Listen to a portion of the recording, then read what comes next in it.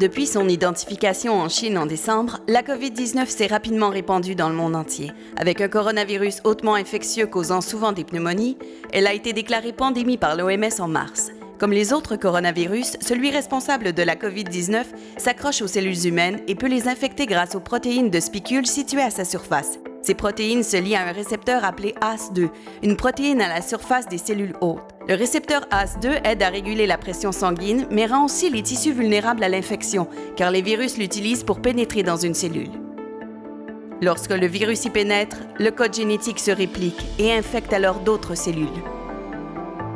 S'il atteint les poumons, il peut entraîner les graves problèmes respiratoires qui ont caractérisé cette pandémie.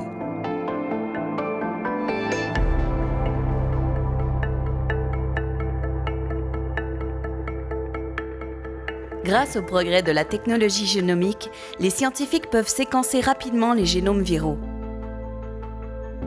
Il n'a fallu que 33 jours après une série de cas de pneumonie à Wuhan pour que des scientifiques chinois publient l'empreinte génétique de la COVID-19. Par comparaison, le séquençage du génome du SRAS a nécessité 3 mois en 2003.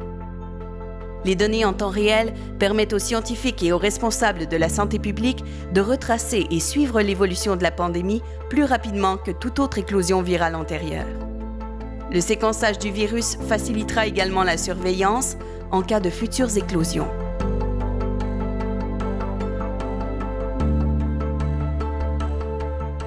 Chaque étape de la mutation a un schéma ou un code génétique distinctif. Plus on peut isoler de versions du virus, plus il est facile de surveiller son évolution et sa propagation. En isolant différentes mutations, les scientifiques peuvent mettre au point et tester des vaccins et des médicaments qui pourraient agir contre ces mutations. Cela permet aux scientifiques de déterminer les modes de transmission.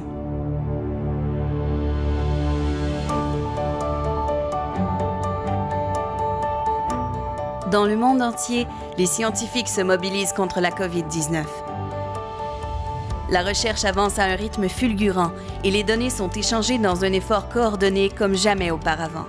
Et le Canada est un chef de file mondial de la recherche en santé fondée sur la génomique. Le 6 mars, le gouvernement du Canada a annoncé 26,8 millions de dollars pour soutenir 47 projets de recherche médicale, sociale et politique pour lutter contre la COVID-19. Un montant supplémentaire de 40 millions de dollars a été annoncé en avril pour lancer le AirCan-GECO, un réseau national de séquençage dirigé par Génome Canada avec le soutien des centres de génomique régionaux.